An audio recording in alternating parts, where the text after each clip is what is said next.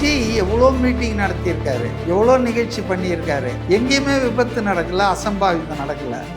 Only in Karur it has happen. அந்த இடத்துல தான் பிரச்சனையே தவிர, இடம்தான் பிரச்சனையே தவிர விஜய் பிரச்சனை இல்லை.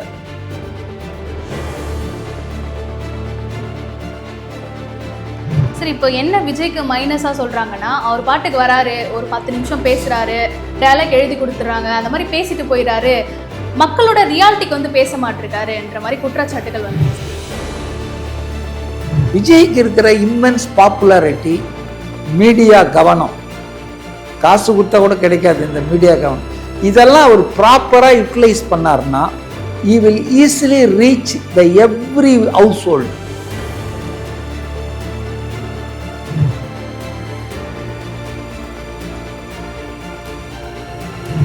இந்த தீபத்தூன் விவகாரத்தில் இன்னும் விஜய் எந்த ஒரு அறிக்கையுமே விடலை. ஏன் சார் மௌனமாகவே இருக்காரு? உங்களை மாதிரி நானும் எதிர்பார்த்துட்டு இருக்கேன், அட்லீஸ்ட் ஈரோட்டில் பேசுவாரான்னு. அதாவதுங்க,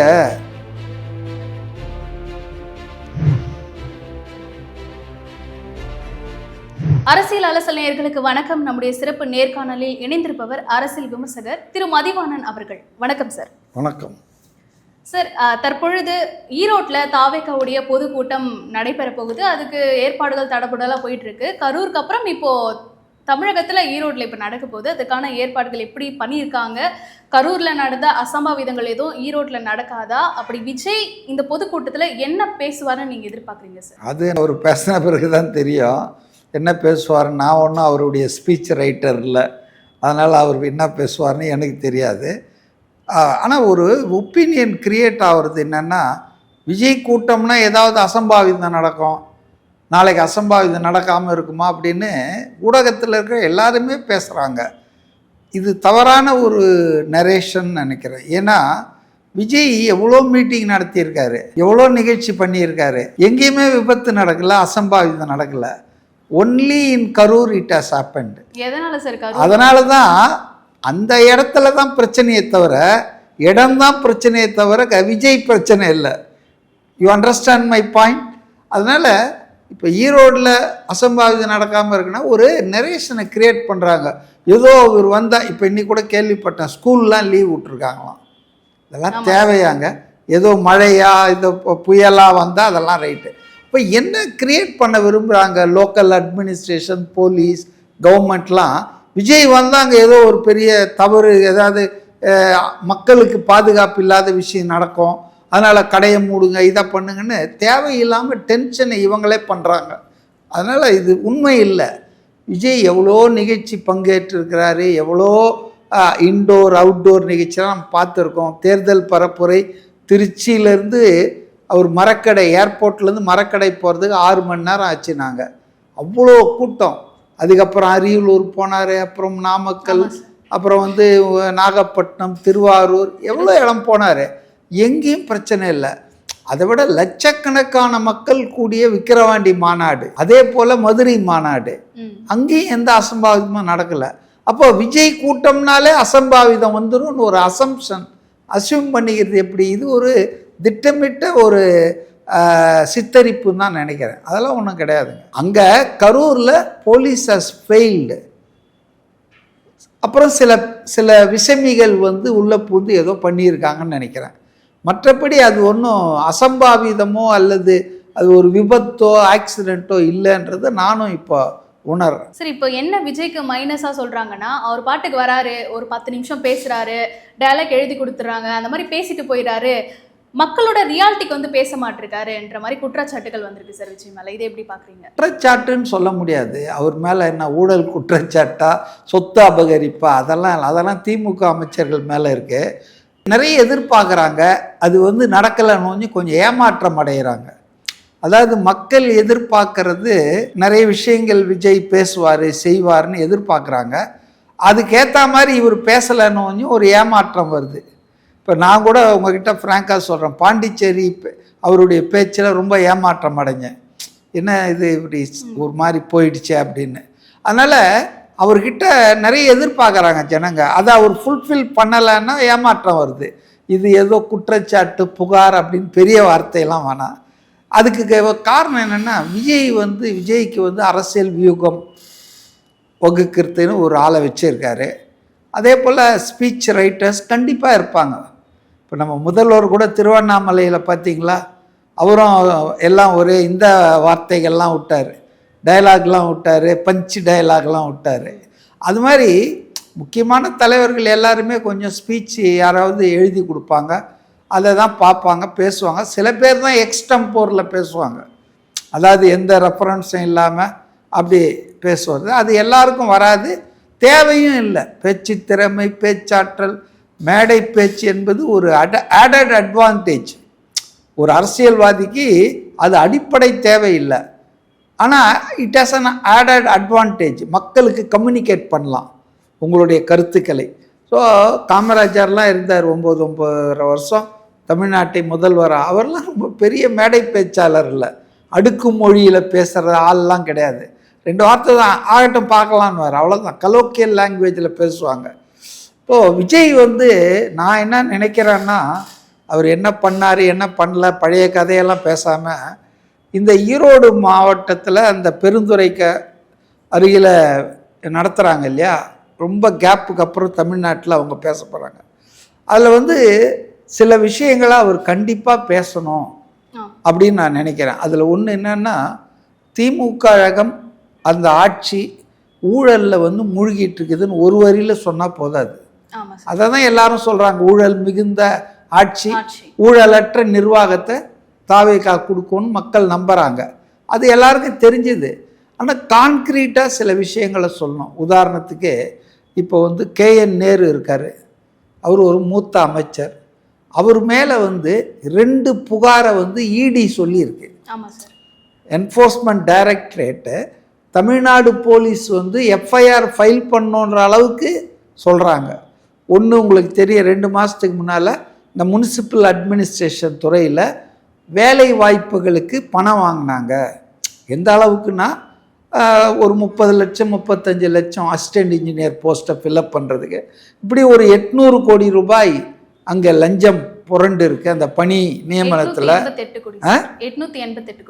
888 நான் சொச்சத்தை விட்டுட்டேன், 800 கோடி அரவுண்டு. அப்போது அந்த பணம் லஞ்சமாக பெறப்பட்டது மட்டும் இல்லை, அது சட்டவிரோதமாக பரிமாற்றமாயிருக்கு அப்படின்றது தான் இடி அங்கே என்ட்ராகுது. அதுக்கு 2 மாதமாக அவங்க லெட்டர் கொடுத்துருக்காங்க. ஆனால் இன்னும் தமிழ்நாடு காவல்துறை எஃப்ஐஆர் போடுவாங்களா? இப்போ யாரோ ஒருத்தர் கூட கோர்ட்டுக்கு போயிருக்காரு, இந்த இடி கேட்டிருக்கிறது இவங்க ஒன்றும் கண்டுக்காமல் இருக்காங்க. அவங்க எல்லாருக்கும் வழக்கம் போல் நோட்டீஸ் அனுப்புங்கன்னு இருக்காங்க. அநேகமாக எலெக்ஷனே முடிஞ்சிடும்னு நான் நினைக்கிறேன். ஏன் சார் அவசர ஒரு நடவடிக்கை ஏன் சார் எடுக்க மாட்டாங்க? இவ்வளோ கோடி ஊழல் நடந்திருக்கு, ஆதாரங்களும் காட்டுறாங்க, ஏன் சார் நடவடிக்கை எடுக்க மாட்டாங்க? எங்கள் மந்திரி, எங்கள் ஆட்சி, எங்கள் ஆள் மேலேயே நாங்கள் நடவடிக்கை எடுப்போமா? எப்படி சார் புரியல? அப்போ அதாவது தப்பு செய்கிறவன் எங்கள் ஆளாக இருந்தால் நாங்கள் அதை அப்படியே அமுக்கிடுவோம். தப்பு செய்யாதவனாக இருந்தால் கூட எதிரியை போட்டு அடித்து உதச்சி நாங்கள் ஜெயிலில் போடுவோம். இதுதானே இன்றைக்கி இருக்கிற ஆட்சியாளர்களுடைய பேசிக் செயல்பாடு. ஸோ நான் சொல்லிட்டு இருந்தேன் இல்லையா, ஒன்று இந்த முனிசிபல் அட்மினிஸ்ட்ரேஷனில் ஆள் எடுப்பும் வகையில் 800 something crores லஞ்சம் வாங்கியிருக்காங்க. யாருங்க வேலைக்கு வராங்க அரசாங்க வேலைக்கு? டாட்டா பிள்ளைங்க, பிர்லா பிள்ளைங்களா வராங்க? சாமானிய மிடில் கிளாஸ் சாதாரண ஆட்களுடைய பிள்ளைங்க தான் அரசாங்க வேலைக்காக இயங்குறாங்க. அதுக்காக வர்றவங்க அவங்கக்கிட்ட லஞ்சம் வாங்கியிருக்காங்க. ஓகே, இவங்க பரவாயில்லன்னு நினைக்கிறேன். செந்தில் பாலாஜி லஞ்சம் வாங்கிட்டும் வேலை கொடுக்காததால் தானே இப்போ கோர்ட்டு கேஸு ஜெயிலுன்னு போயிட்டுருக்காரு. ஓகே, 2வது கேஸ் இப்போ ரீசெண்டாக என்ன வந்திருக்குதுன்னு சொன்னால், அந்த முனிசிபல் அட்மினிஸ்ட்ரேஷனில் கான்ட்ராக்ட் விடுவாங்க இல்லையா, ஒப்பந்தம், அதில் ஏகப்பட்ட பணம் கைமாறி இருக்கு. குறிப்பாக பார்ட்டி ஃபண்டுன்னு சொல்லி கலெக்ட் பண்ணியிருக்காங்க. Huge amount, thousands of crores-ன்றாங்க. எக்ஸாக்டாக எனக்கு தெரியல, நீங்கள் ஒன்றா சொல்லுங்கள். அப்போ அந்த ஹியூஜ் ஃபண்டு, எலெக்ஷன் ஃபண்டுன்னு கான்ட்ராக்ட்கிட்ட கலெக்ட் பண்ணி அதை வெளிநாடு வரைக்கும் அனுப்பிச்சிருக்காங்க. அதுலேயும் சட்டவிரோத பணப்பரிமாற்றம் நிகழ்ந்திருக்கு. இந்த 2 கேஸை இடி தமிழ்நாடு அரசின் காவல்துறைக்கு எஃப்ஐஆர் ஃபைல் பண்ணுங்க, அப்போ தான் அவங்க ப்ரொசீட் பண்ண முடியும். ஏன் அவங்க எஃப்ஐஆர் டைரெக்டாக இடி நடவடிக்கை எடுக்க முடியாது? அதுக்கு ஒரு எஃப்ஐஆர் பெண்டிங் இருக்கணும். அப்படி இருந்தால் தான் அதன் மேலே அவங்க ஆக்ஷன் எடுக்கலாம். ஸோ அவங்க அதுக்காக தான் நீங்கள் வந்து ஆக்ஷன் எடுங்க, எஃப்ஐஆர் போடுங்கன்றாங்க. ஆனால் தமிழ்நாடு போலீஸ் போடாது. அது நமக்கு தெரிஞ்ச கதை தான். அது ஏன் போடலைன்றது நம்ம அதை விளக்கி சொல்ல வேண்டியதில்லை. திமுகவின் மூத்த அமைச்சர் திமுகவுக்கு பார்ட்டி ஃபண்ட் வசூல் பண்ணியிருக்காரு. அவர் மேலே எப்படி திமுக போலீஸ் திமுக அரசு வந்து கேஸ் பண்ணலான்னு சொல்லும்? அதெல்லாம் மனுநீதி சோழன் ஆட்சியெலாம் நடக்கலை, ரைட்டா? அடுத்தது பார்த்தீங்கன்னு சொன்னால் செந்தில் பாலாஜி அந்த டிரான்ஸ்ஃபார்மர், அவர் மின்சாரத்துறை அமைச்சராக இருக்கும்போது அறப்போர் இயக்கம் கூட கேஸ்லாம் போட்டிருக்காங்க.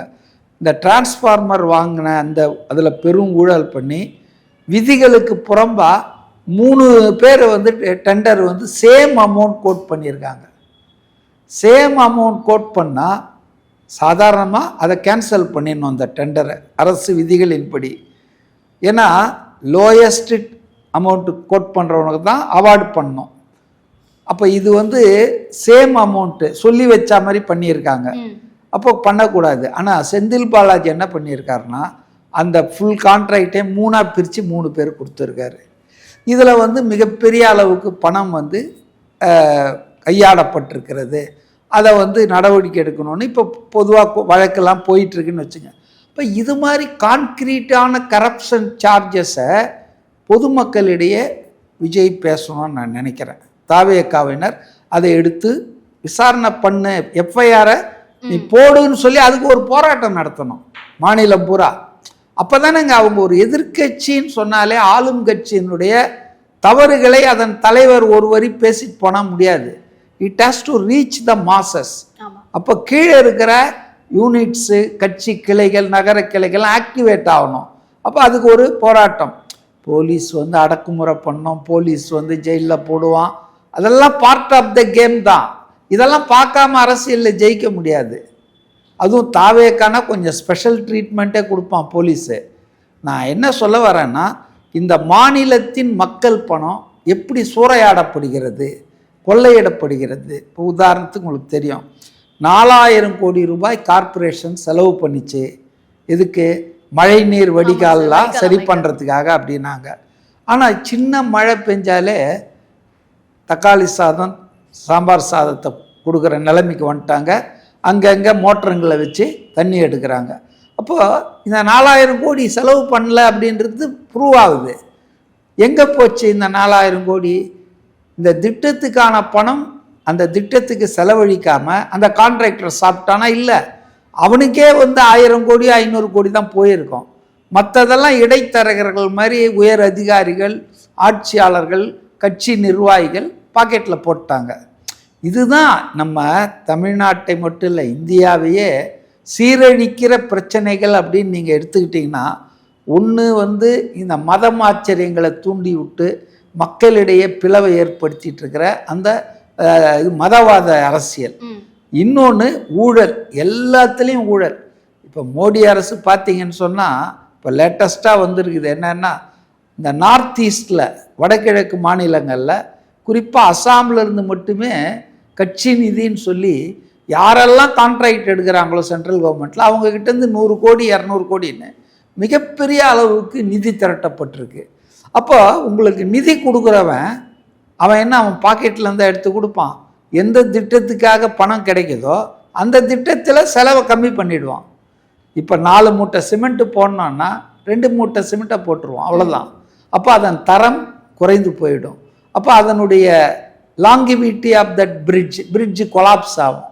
இப்போ ஏவா வேலு அவங்க ஊரில் ஒரு பிரிட்ஜு கட்டினார் இல்லையா, 16 கோடின்னு சொல்லி, அந்த பிரிட்ஜு வந்து 6 மாதத்தில் அடிச்சின்னு போயிடுச்சு. 16 கோடியும் அடிச்சின்னு போயிடுச்சு. இப்போ அந்த 16 கோடியில் ஒரு 6 கோடி கூட அதுக்கு செலவாக யூஸ் பண்ணியிருக்க மாட்டாங்க. இப்போ 10 கோடி எங்கே போச்சு? இதுதான் இந்தியாவை பாதிக்கிற பிரச்சனை. வறுமைக்கு காரணம், வேலையில்லா திண்டாட்டத்துக்கு காரணம் எல்லாமே ஒன்று இந்த ஜாதி மத அரசியல், மக்களை பிளவு பண்ணுறது. இன்னொன்று இந்த லஞ்ச லாவண்யம், அதாவது ஒரு ஃபேர் அட்மினிஸ்ட்ரேஷன் இல்லாதது. இந்த ரெண்டையும் விஜய் கையில் எடுத்திருக்கிறாரு. அதாவது சித்தாந்த எதிரி, அரசியல் எதிரின்னு இந்த 2 எடுத்தாலும் அது வெறும் மேடைகளில் பேசினா போதாது, ஆர்டிகுலேட் பண்ணோம் இல்லையா. அதை வந்து நம்ம வந்து கீழே வந்து கிரவுண்ட் லெவலில் அதை அவங்க செஞ்சாங்கன்னா அது மிகப்பெரிய அளவுக்கு மக்கள்கிட்ட போகும். விஜய் ஒரு விஷயத்தை பேசுகிறாருன்னா அது வந்து ரொம்ப பிரபலமாயிடும். அதனுடைய இம்பேக்டை அமங் த பீப்புள். ஏன்னா அவர் ஏதோ ஒரு ஈரோட்டில் நாளைக்கு கூடுற ஒரு 50,000 பேருக்கு போகாது. அதை டிவியில் நேரலையில் காட்டுவாங்க. காட்டினாங்கன்னா பல லட்சம் பேர் பார்ப்பான். தமிழ்நாட்டில் இருக்கிற 234 தொகுதியில் இருக்கிறவனும் பார்த்துருவான் விஜய் பேசினா. இதே முதலமைச்சர் பேசினார் திருவண்ணாமலையில் அந்த இளைஞர்கள் அணி மாநாட்டில். நான் பார்த்தேன், சன் டிவியில் லைவ் போட்டான். 460 பேர் தான் பார்த்துட்ருக்கான். இதே நாளைக்கு ஈரோட்டில் விஜய் பேசுகிறத பாருங்கள், லட்சக்கணக்கில் பார்ப்பான். அப்போ டிவிக்காரன் சும்மா இல்லை ஓடுறது. விஜய் கதவை திறந்தாருன்னா பனையூர்லேருந்து அங்கேருந்து ஃபாலோ பண்ணுவாங்க. ஏன்னா இன்றைக்கே போயிட்டாங்க எல்லா டிவியும், ஏற்பாடுகளெல்லாம் காட்டிக்கிட்டு இருக்காங்க. அதனால் விஜய்க்கு இருக்கிற இம்மென்ஸ் பாப்புலாரிட்டி, மீடியா கவனம், காசு கொடுத்தா கூட கிடைக்காது இந்த மீடியா கவனம், இதெல்லாம் அவர் ப்ராப்பராக யூட்டிலைஸ் பண்ணார்னா he will easily reach the every household. அவர் சொல்லிக்கிறாரு எல்லார் வீட்டுக்கும் நான் போயிட்டேன், அப்புறம் தான் நான் கட்சியை தொடங்கியிருக்கிறேன்றார். அவர் சினிமாவை பற்றி சொல்கிறாரு, அது உண்மைதான். அவர் சினிமா மூலம் எல்லார் வீட்லேயும் எல்லா குடும்பங்கள்லேயும் இருக்கார், இன்ட்ரடியூஸ் ஆகியிருக்காரு. ஆனால் இந்த இஷ்யூஸை வந்து அவர் ஃபோக்கஸ் பண்ணார்னா இஷ்யூ ஃபோக்கஸ் ஆகிடும். இப்போ ஜனங்க மத்தியில் வந்து ஆளும் கட்சிக்கு எதிரான மனநிலை ரொம்ப வேகமாக சீக்கிரமாக எளிதாக உருவாகும். அது அவருக்கு சட்டமன்ற தேர்தல் பிரச்சாரத்துக்கு பெருசாக கை கொடுக்கும். அதெல்லாம் அவர் பேசணும்னு நான் எதிர்பார்க்குறேன். பேசுவாரா என்று எனக்கு தெரியாது. Okay sir. இப்போ தாவேகால வந்து செங்கோட்டையன் அவர்கள் இணைந்திருக்காரு சார். பொதுச் செயலாளர் புசி ஆனந்த் வந்து அந்த கட்சியில் கொஞ்சம் ஒதுக்குற மாதிரியான சில விமர்சனங்கள் போயிட்டு இருக்கு. ஏன்னா செங்கோட்டையன் வந்ததால புசி ஆனந்த் வந்து இப்போ வந்து ஓரங்கட்டுற மாதிரியான விமர்சனங்கள் போயிட்டு இருக்கு சார். எப்படி பார்க்குறீங்க? இது என்ன உங்க விமர்சனமா இல்லை வேற யாராவது திமுக ஆட்கள் கிளப்பி விடுற விமர்சனமா? ஏன்னா இப்போ நான் சொல்கிறேன், உதயநிதி வந்ததுக்கப்புறம் KN நேரு, துரைமுருகனெல்லாம் ஒதுக்கிட்டாங்க அப்படின்னு ஒரு விமர்சனம் போயிட்டுருக்குன்னு சொன்னால் அது உண்மையா? அதுபோல் ஒரு கட்சியில் வந்துங்க அனுபவம் வாய்ந்த ஒருத்தர் வரும்போது அவருக்கு ஒரு வரவேற்பு, ஒரு முன்னுரிமை என்பது கண்டிப்பாக கிடைக்கும். இப்போ புசி ஆனந்தை நான் குறைச்சி மதிப்பில்லை, அவர் வந்து பெஸ்ட் ஆர்கனைசர். விஜய் அந்த ரசிகர் மன்றத்தை மக்கள் இயக்கமாக மாற்றி இன்றைக்கி அதை ஒரு வெல் நிட் ஆர்கனைசேஷனாக ஒரு பெரிய நெட்வொர்க்காக தமிழ்நாடு பூரா வச்சதில் மிகப்பெரிய பங்களிப்பை செலுத்தின ஒரு புசி ஆனந்த், அதில் ஒன்றும் சந்தேகம் இல்லை. ஆனால் அரசியலில் அவருக்கு என்ன அனுபவம் இருக்குது? ப்ராக்டிக்கல் அரசியல். அவரும் ஏதோ காலத்தில் பாண்டிச்சேரியில் எம்எல்ஏவாக இருந்தார்னு சொல்கிறாங்க புசி தொகுதியில், அதனால தான் அந்த பேரே வந்திருக்கு, புசி ஆனந்துன்னு வந்திருக்கு. ஆனால் அரசியலில் அவருக்கு வந்து பெரிய அளவுக்கு அனுபவம் இல்லை. அது காரணம் வாய்ப்பு இல்லை.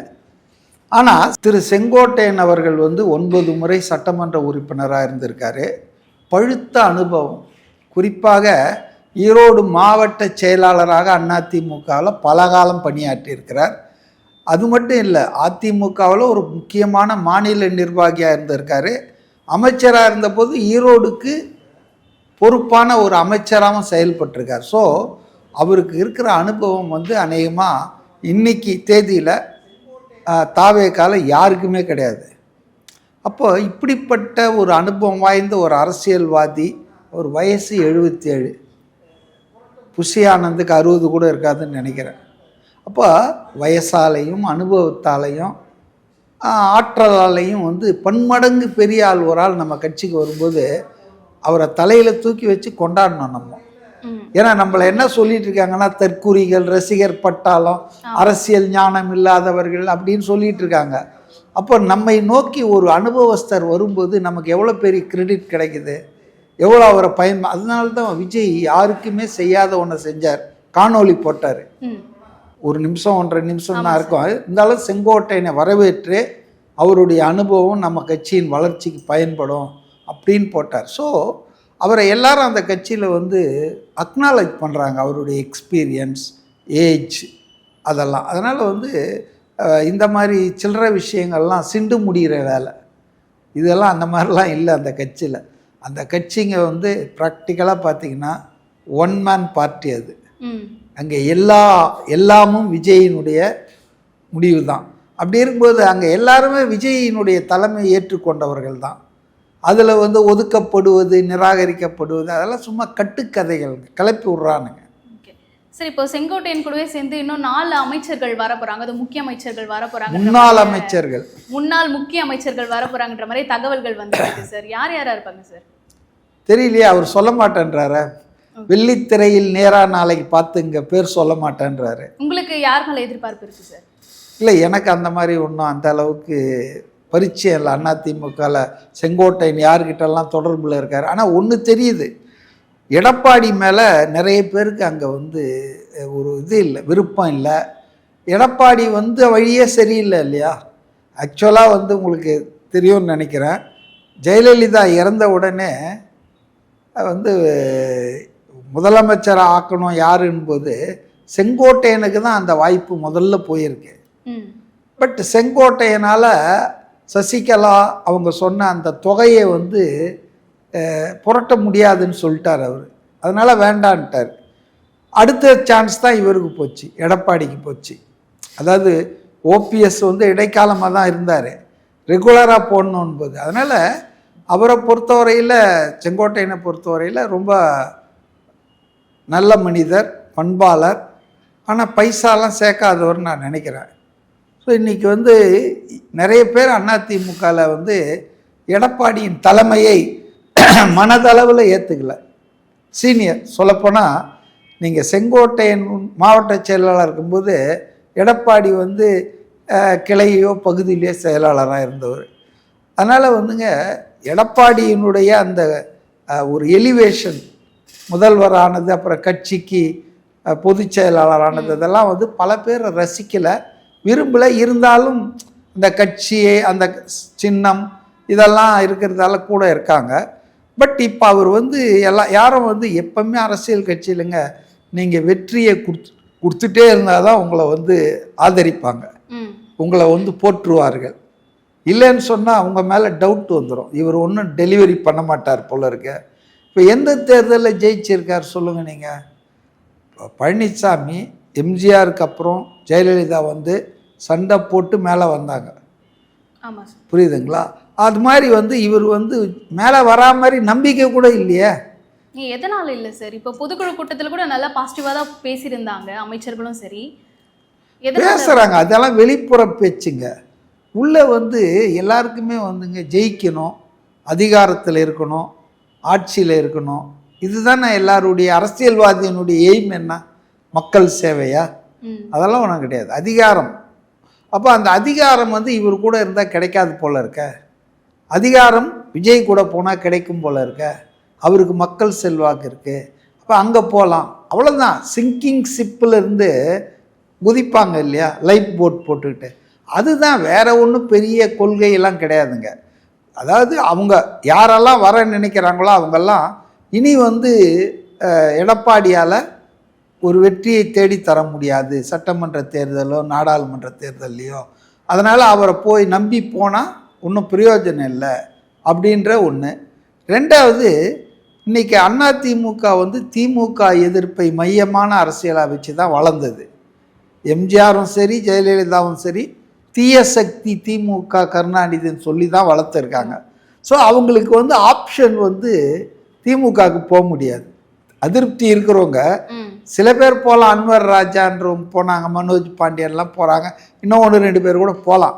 ஆனால் ஒரிஜினலாக அதிமுகவை நேசித்தவன், எம்ஜிஆர் ஜெயலலிதாவை வந்து ஆதர்சமாக பெற்றவன் திமுகவுக்கு ஒருபோதும் போக மாட்டான். தாவேக்கால மட்டும் இணையலாமா சார்? கொஞ்சம் இருங்க, அதை தான் சொல்ல வரேன். அதை தாவேக்கா வந்து நான் என்னுடைய கணிப்பு 2.0 ஏடிஎம்கே 2வது பாகம். இது முதல் பாகம் முடிஞ்சு போச்சு, அதனுடைய யூட்டிலிட்டி ஓவர் ஆயிடுச்சு, புரியுதுங்களா? இது 2வது பாகம், updated modernised version of ADMK. நவீனப்படுத்த புத்தாக்கம் செய்யப்பட்ட அதிமுக தான் தாவேக்கான்றது என்னுடைய புரிதல். இது பல பேருக்கும் இருக்கு. அவரும் எம்ஜிஆர், அண்ணா இதெல்லாம் இது பண்றாரு. அப்போ திமுகவை எதிர்க்கிறார். எல்லாத்த விட திமுக எதிர்ப்பு மையமாக குறி வச்சு இது பண்ணுறாரு. அதனால் வந்து எல்லாருக்கும் என்னன்னா சரி தாவேக்காவுக்கு போகலாமா, ஒன்றும் பெரிய விஷயம் இல்லை. இப்போ திமுகவுக்கு போய் அங்கே இருந்து அவஸ்தைப்படுறதை விட இங்கே தாவேக்கான அதுக்கு வந்து வெற்றி வாய்ப்பும் பிரகாசமாக இருக்குதுன்னு நினைக்கிறாங்க. இப்போ அரசியல்வாதிகள் வந்துங்க காற்று எந்த திசையில் வீசுதுன்னு நம்மளை விட செஃபாலஜிஸ்ட்டை விட அந்த சர்வே எடுக்கிறவங்களோட அரசியல்வாதிக்கு மக்கள் பல்ஸ் தெரியுங்க, நாடி துடிப்பு அவங்க கரெக்டாக புரிஞ்சுக்குவாங்க. ஸோ அநேகமாக அதிமுகவில் இருக்கிற பல பேருக்கு விஜய் தான் வந்து அடுத்து வரப்போகிறாரு அப்படின்ற சென்ஸ் ஆஃப் ஒரு ஃபீலிங் இருக்கிறதுக்கு வாய்ப்பு இருக்குது. அதனால் அவங்கெல்லாம் இங்கே வராங்க. ரெண்டாவது திமுகவில் போக முடியாது, போனால் அவங்களுக்கு கொஞ்சம் சிக்கல், அன்கம்ஃபர்டபுளாக ஃபீல் பண்ணுவாங்க. ஸோ தாவேக்கா வந்து வருது. ஆனால் தாவேக்காவில் வர்றது அவங்களுக்கு ஒரு தயக்கம் இருந்தது. என்ன பண்ணுவாங்களோ தெரியாத, நம்மளை புசி ஆனந்த் பக்கத்தில் உட்கார வச்சுருவாங்களா, இல்லை விஜய் பார்க்கவே முடியாதா, விஜய் பேசுவாரா, நம்மளாக்கிட்ட இன்ட்ராக்ட்லாம் பண்ணுவாரா, நம்மளுக்கு அவமானம் ஆகிடுமா அப்படின்ற பயம் இருந்தது. அதுதான் வராமல் இருந்தது காரணம் இதுவரையில். ஆனால் செங்கோட்டையன் வந்து இணைஞ்சு செங்கோட்டையனுக்கு ஃப்ரீ ஹேண்டு கொடுத்து செங்கோட்டையனை இவங்க ஏற்றி போராட்டத்தெல்லாம் பார்த்து, ஓ பரவாயில்லையே நம்ம அண்ணனை இவங்க எல்லாம் இது பண்ணுறாங்களே, இப்போ நம்ம போனாலும் பிரச்சனை இருக்காதுன்றது ஆடட் அட்வான்டேஜ் ஆயிடுச்சு. செங்கோட்டையனை இவங்க இணைத்தது மட்டுமல்ல, அவருக்கு கொடுக்குற அந்த மரியாதை, அவர் அனுபவத்தை வந்து போற்றுவது, அவருக்கு கொடுத்த பொறுப்பு பாருங்கள். நிர்வாக குழுவினுடைய தலைமை ஒருங்கிணைப்பாளர்னு கொடுத்துட்டாங்க. நிர்வாக குழு என்பது வெறும் 28 பேர் கொண்ட உயர்மட்ட குழு. டே டு டே அஃபேர்ஸை வந்து டிஸ்கஸ் பண்ணி பார்ட்டி லைனை தீர்மானி. இப்போ அதனுடைய தலைமை ஒருங்கிணைப்பாளர்னா மோரல்லஸ் it is equal to Bussy Anand தான். சொல்லனாலும் வெளிப்படையாக சொல்லனாலும் அப்போ அப்படி இருக்கும்போது புசி ஆனந்தே நேற்று முந்தா நாள் திருச்செங்கோட்டில் மீட்டிங்கில் சொல்கிறாரு, நான் பார்த்தேனே, அண்ணன் கேஎஸ் வந்து விஜய் அண்ட் கேஎஸ் இவங்க 2 பேர் சொல்கிறது தான் எங்களுக்கு வேதவாக்குன்றாரு. So everybody has accepted, it is natural. இப்போ நம்மளை விட திறமையான அனுபவம் வாய்ந்த ஒருத்தர் வந்தார்னு சொன்னால் நம்ம அவர் அக்னாலேஜ் பண்ணி தானே ஆகணும். பண்ணுறவன் தானே மனிதன். கட்சி நலன், கட்சி வளர்ச்சி அப்படின்றவங்கெல்லாம் இதை அக்செப்ட் பண்ணிக்குவாங்க. அதை தான் பண்ணியிருக்காங்கன்னு நான் நினைக்கிறேன். சார், இந்த தீபத்தூன் விவகாரத்தில் இன்னும் விஜய் எந்த ஒரு அறிக்கையுமே விடலை, ஏன் சார் மௌனமாகவே இருக்காரு? உங்களை மாதிரி நானும் எதிர்பார்த்துட்டு இருக்கேன், அட்லீஸ்ட் ஈரோட்டில் பேசுவாரான்னு. அதாவதுங்க, என்னை பொறுத்த வரைக்கும் பர்சனல் ஒப்பீனியன்னா, இந்த மக்களை, இந்த மாநிலத்தை, இந்த நாட்டை பாதிக்கிற எல்லா பிரச்சனைகள் மீதும் தலையிடணும். ஒரு அரசியல் கட்சின்னு இருந்துட்டா சில விஷயங்கள் அமைதியாக இருந்து கடந்து போகிறது, அதுவா இதாகி போட்டோம் அப்படின்லாம் இருக்கக்கூடாது. எப்போ நீங்கள் நாய் வேஷம் போட்டிங்களோ தவறாக நினச்சிக்காதீங்க. பழமொழிக்காக சொல்கிறேன், நாய் வேஷம் போட்டால் குறைக்கணும். நான் நாய் வேஷம் போட்டேன், அரசியலுக்கு வந்துட்டேன், ஆனால் எதுலேயும் தலையிட மாட்டேன், அப்படி லிமிட்டடாக சில செலக்டிவாக பண்ணுவேன்னா அது ஜனங்க வந்து அதை அந்த அளவுக்கு எடுத்துக்க மாட்டாங்க நல்லபடியாக. எல்லாத்துலேயும் நீங்கள் சொல்லணும், அதுக்காக டெய்லி அறிக்கை ஒன்றுன்னு சொல்ல. பட் நாட்டை, மாநிலத்தை, மக்கள் ஒற்றுமையை பாதிக்கிற எந்த பிரச்சனை எழுந்தாலும் விஜய் தான் சொல்லணும்னு அவசியம் இல்லைங்க. இப்போ நிர்வாக குழுன்னு வச்சுருக்காங்க, அதில் கொஞ்சம் உட்காந்து பேசிட்டு அவங்க ஒரு அறிக்கை கொடுக்கலாம். நான் சொல்கிறது வந்து விஜய் தான் பேசுகிற கூட்டத்தில் தான் பேசணும், அவர் வந்து அவர் வாயில தான் அது வரணும்னு அவசியம் இல்லை. தாவேக்காவினுடைய வியூ இது, இதில் நாங்கள் எங்கள் நிலைப்பாடு இது அப்படின்னு சொல்லணும். அது இல்லை, அது மிஸ்ஸிங்காக இருக்குது. எது வந்தாலும் விஜய் பேசினாதான் உண்டு, விஜய் அறிக்கையை கொடுத்தாதான் உண்டுன்னு இருந்தால் ஒரு நபர் அவர் வந்து அந்த கட்சிக்கு அடையாளம், முகம், அதனுடைய கட்சியை அவர் தோளில் தான் சுமக்கிறார், அதெல்லாம் உண்மை. ஆனால் செயல்பாட்டை வந்து இது பண்ணோம்ல, அதாவது அன்றாட செயல்பாட்டை ஒரு அமைப்பு நடத்தணும் இல்லை, அதுக்கு தானே இந்த சோகால்டு 28 மெம்பர் நிர்வாக குழுன்னு சொன்னாங்க. அப்போ அதில் அட்லீஸ்ட் 28 பேரும் கூட முடியலன்னா கூட ஒரு 7-8 பேர் டெய்லி கூடணும். கூடி இன்றைக்கி இது நடந்திருக்கு, இதை பற்றி என்னென்னு ப்ரோஸ் அண்ட் கான்ஸ் பண்ணி ஒரு செய்தி குறிப்பு இறக்கணும். இல்லை ஒரு செய்தியாளர் சந்திப்பு, அஃபிஷியல் ஸ்போக்ஸ் பர்சன் ஒரு ஆள். இப்போ டிகே நம்ம முரசு ஸ்டாலினும் உதயநிதிமா டெய்லி ப்ரெஸ்ஸை பார்த்துட்டு இருக்காங்க கிடையாது. அதாவது வந்து டிகேஎஸ் இளங்கோவன் இருக்கார், அவர் அதிகாரப்பூர்வ பேச்சாளர். ஆர்எஸ் பாரதின்னு இருக்கார், அமைப்பு செயலாளர். இது மாதிரி சில பேர் வந்து அந்த வேலையை செஞ்சுனே இருப்பாங்க. ஸோ மக்களுக்கு திமுகவினுடைய நிலைப்பாடு என்ன, அதிமுகவுடைய நிலைப்பாடு என்ன, பாஜகவின் நிலைப்பாடு என்னன்னு தெரியுது. தாவேகாவின் நிலைப்பாடை இப்படி சொல்றதுக்கு ஒரு ஆள் வேணுமா வேணாமா? ஏன் சொல்ல மாட்டேன்றாங்க? நீங்க எதுக்கு அதை தலைவர் வாயை திறந்து சொல்லணும்? அவர் பேசும்போது தான் சொல்லணும். 80 நாள் கேப் ஆயிடும், பரவாயில்லையா? அவரை விடுங்கன்ற. அவர் வந்து மக்களை எழுச்சிப்படுத்தணும், பேசணும், பிரசங்கம் பண்ணணும், அது வேற விஷயம். இதெல்லாம் டெய்லி நடக்கிற விஷயம். இப்போ என்னை பொறுத்த வரைக்கும் தனிப்பட்ட முறையில் 2 பேருமே இதில் தப்பு பண்ணுறாங்க, காய் நகர்த்துறாங்க, அரசியல் நாடகம் ஆடுறாங்க. இப்போ வந்து பாஜக வந்துங்க இந்த திருப்பரங்குன்றத்தை கையில் எடுக்கிறாங்க. ஏன்னா வடக்கே ராமனை கையில் எடுத்து முடிச்சிட்டாங்க. சீத்தையை எடுக்கிறார். இப்போ பீகாரில் சீத்தைக்கு கல்யாணம் இது கோயில் கட்டணுமா அமித்ஷா சொல்லிட்டு இருக்காரு. இப்போ அயோத்தியாவுக்கு அடுத்தது மதுரா எடுக்கிறாங்க. அவங்களுக்கு அது வடநாட்டில் எடுபடுது. ஆனால் தென்னாட்டில் ராமரை சொன்னால் இங்கே ஒன்றும் பெருசாக கிடையாது. முருகன் ரொம்ப பாப்புலர். ஈவன் கேரளாலேருந்துலாம் பழனிக்கு நிறைய பேர் வராங்க, நான் பார்த்துருக்கேன். தமிழ்நாட்டில் மட்டும் இல்லை முருகன்றது. அப்போ முருகனை கையில் எடுக்கிறதுக்கு காரணம் என்னென்னா, அவங்களுக்கு ஏதாவது ஒரு மதத்தை எடுத்துக்கணும், ஒரு கடவுளை எடுத்துக்கணும். இதுதான் அவங்க மதவாத அரசியல்ன்றது பாஜக தெளிவாக பண்ணுறாங்க. திருப்பரங்குன்றத்தில் அந்த தீபத்தை ஏற்றுற விஷயத்தில் அதுக்குள்ளே நான் போகல. கோர்ட்டில் இருக்க அது சப்ஜுடிஸு, மெரிட்ஸ் அண்ட் டிமெரிட்ஸ்குள்ளே போகல. ஆனால் இந்த இஷ்யூவை இவங்க கையில் எடுக்கிறதுக்கு காரணம் வந்து அரசியல் நோக்கம், அரசியல் ஆதாயம், தேர்தலில் வெற்றி பெறணும் தான். இல்லைன்னா நயினார் நாகேந்திரன் திருநெல்வேலியில் இருக்கார், பாஜக மாநில தலைவர். அவர் ஏங்க திருப்பரங்குன்றம் ஓடி வந்து அரெஸ்ட் ஆகுறாரு? திருப்பரங்குன்றத்தில் இந்த இஷ்யூவை நடத்துறது ஆர்எஸ்எஸ்ஸின் இன்னொரு அமைப்பான இந்து முன்னணி. பாஜகன்றது பொலிட்டிக்கல் விங்கு. அப்போது அரசியலை மதத்தோடு கலந்து அவங்க அரசியல் லாபத்துக்காக பண்ணுறாங்க. இப்போ திமுக என்ன பண்ணுறாங்கன்னா, அவங்களுக்கும் அரசியல் நோக்கம்தான். இப்போ சேகர் பாபு அறநிலையத்துறை அமைச்சராக இருக்கார், முருகன் விழா நடத்தினார்ல, இது மாதிரி நடத்த சொல்லியிருக்கா கான்ஸ்டியூஷனு? அப்போ அவங்களுக்கும் இந்துக்கள் ஓட்டை வாங்கணும், இந்துக்களுக்கு ஒரு மாதிரி சாஃப்டாக இருக்கணுன்றதெல்லாம் இருக்குது. ஒரு பக்கம் பெரியார் அப்படின்னு பேசிக்கின்னு இந்த பக்கம் வந்து முருகன் மாநாடு நடத்துகிறாங்க, ரைட்?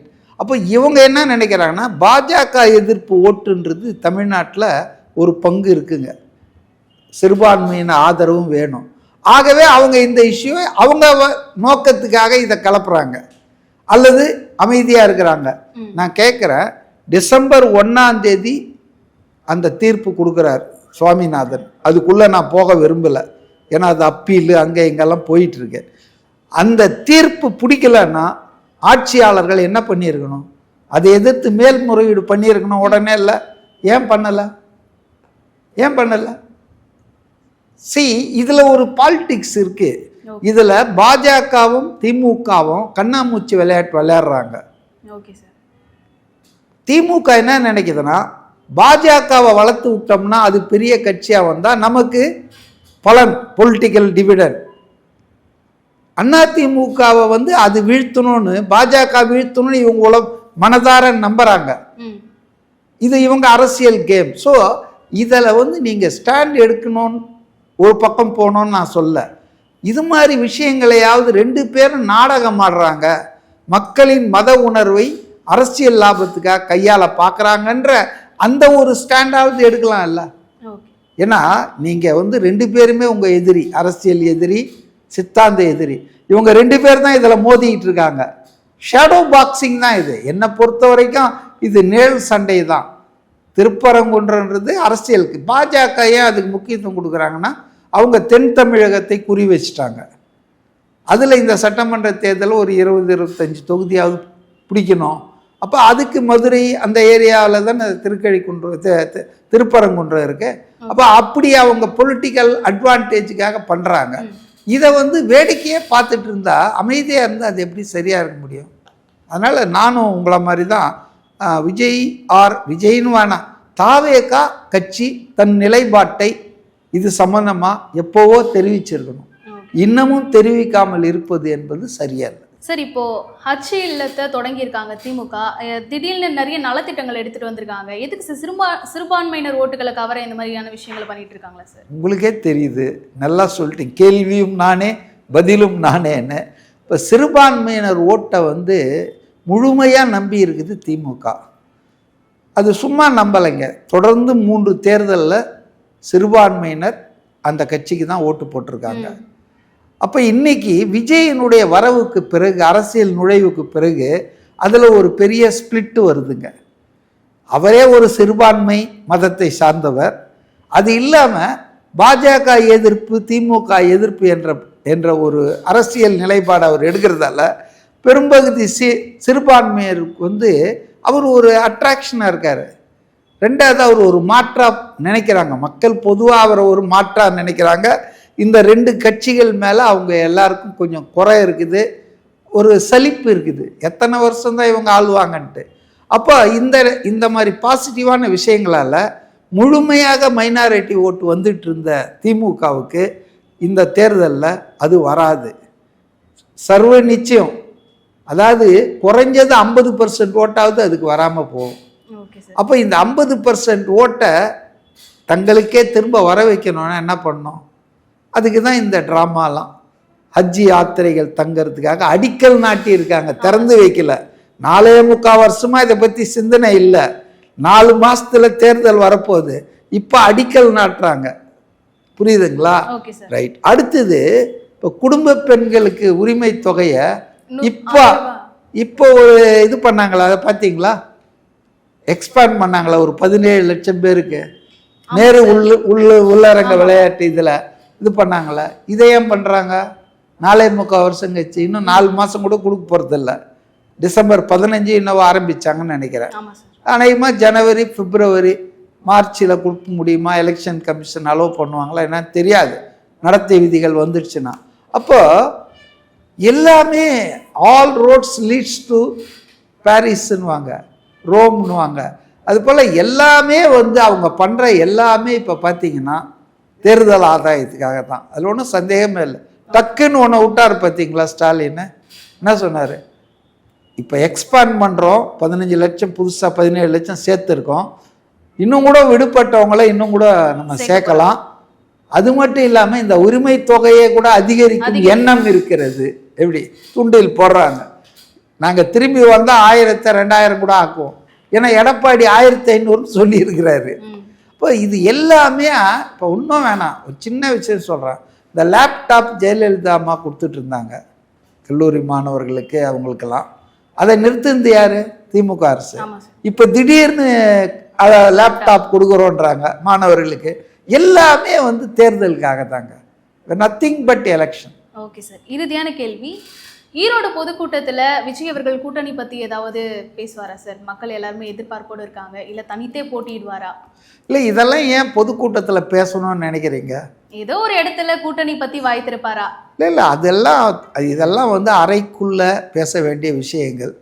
முழுமையாச்சுன்னா அப்புறம் வெளியிடுவாங்க. எனக்கு என்னவோ இது ஜனவரி ஆகும். ஏன்னா காங்கிரஸ் கூட்டணி, திமுக காங்கிரஸ் கூட்டணி இருக்கு பாருங்க, அதுலேயே சில பிரச்சனைகள் இருக்கிறதா கேள்விப்படுறேன். சமீபத்தில் காங்கிரஸில் 2 கோஷ்டி இருந்தாலும் எல்லாரும் ஒன்றா நினச்சி டெல்லியில் உட்காந்து பேசி இப்போ ஒத்த கருத்துக்கு வந்திருக்கிறாங்க. என்னன்னா 38 சீட்டு வேணும். போன முறை 25 சீட்டு தான் கண்டெஸ்ட் பண்ணது காங்கிரஸ் திமுக கூட்டணியில். அதுக்கு போன எலெக்ஷனில் 41 சீட்டு கான்டெஸ்ட் பண்ணுச்சு. இந்த தேர்தலில் 2026 38. நீங்கள் கேட்கலாம் அது என்ன 38ன்னு. ஒவ்வொரு மாவட்டத்திலும் குறைந்தது ஒரு சீட்டாவது இருக்கணும் காங்கிரஸ்க்குன்றாங்க. ஸோ தமிழ்நாட்டில் டோட்டலாக 38 ரெவென்யூ மாவட்டங்கள் தான் இருக்குது, வருவாய் மாவட்டங்கள். ஸோ அதனால் குறைந்தது 38, நாட் லெஸ் தென் 38. அப்படின்னா போன தேர்தலில் போட்டியிட்டதை விட 13 அதிகம் கேட்குறாங்க. அடுத்தது ஆட்சியில் பங்கு வேணும். இந்த 2 கண்டிஷனை வச்சு இப்போ இதில் எல்லா ஃபேக்ஷனும் ஓகே காங்கிரஸில்.